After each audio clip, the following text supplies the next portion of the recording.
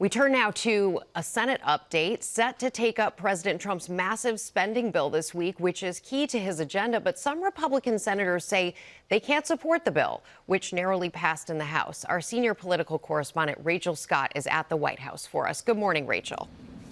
Hey, Rebecca, good morning to you. And you're right, this bill barely passed the House, and it will certainly face challenges in the Senate, where a handful of Republicans are already warning about the level of spending. Others back home at town halls confronted about the cuts.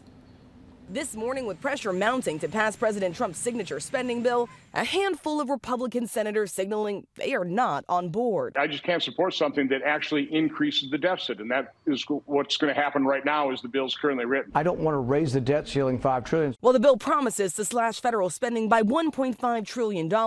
By some estimates, it would add $3.8 trillion to the national deficit over the next 10 years, with cuts to food assistance and Medicaid. More than 8 million Americans projected to lose coverage, according to the nonpartisan Congressional Budget Office. At town halls, Republicans confronted about those cuts.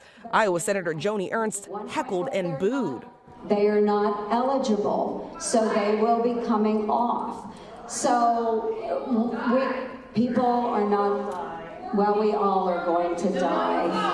So, for heaven's sakes. After her response drew outrage, Ernst doubling down, posting this video standing near a cemetery. And I made an incorrect assumption that everyone in the auditorium understood that, yes, we are all going to perish from this earth. The legislation pushed through the House by Republicans extends the 2017 Trump-era tax cuts, sets aside nearly $50 billion to resume construction on the border wall, and pushes work requirements for Medicaid. They're cutting Medicaid, throwing 15 million people off their health care in order to fund a tax cut for the super wealthy and for corporations. That is just fundamentally immoral. It's immoral and it's unethical. The administration defending the package. This bill will preserve and protect the programs, the social safety net, but it will make it much more common sense. So Senate Majority Leader John Thune is now racing to get this done by a July 4th deadline. He can only afford to lose 3 Republicans, guys. And Rachel, late Friday, the president also announced new tariffs set to hit this week.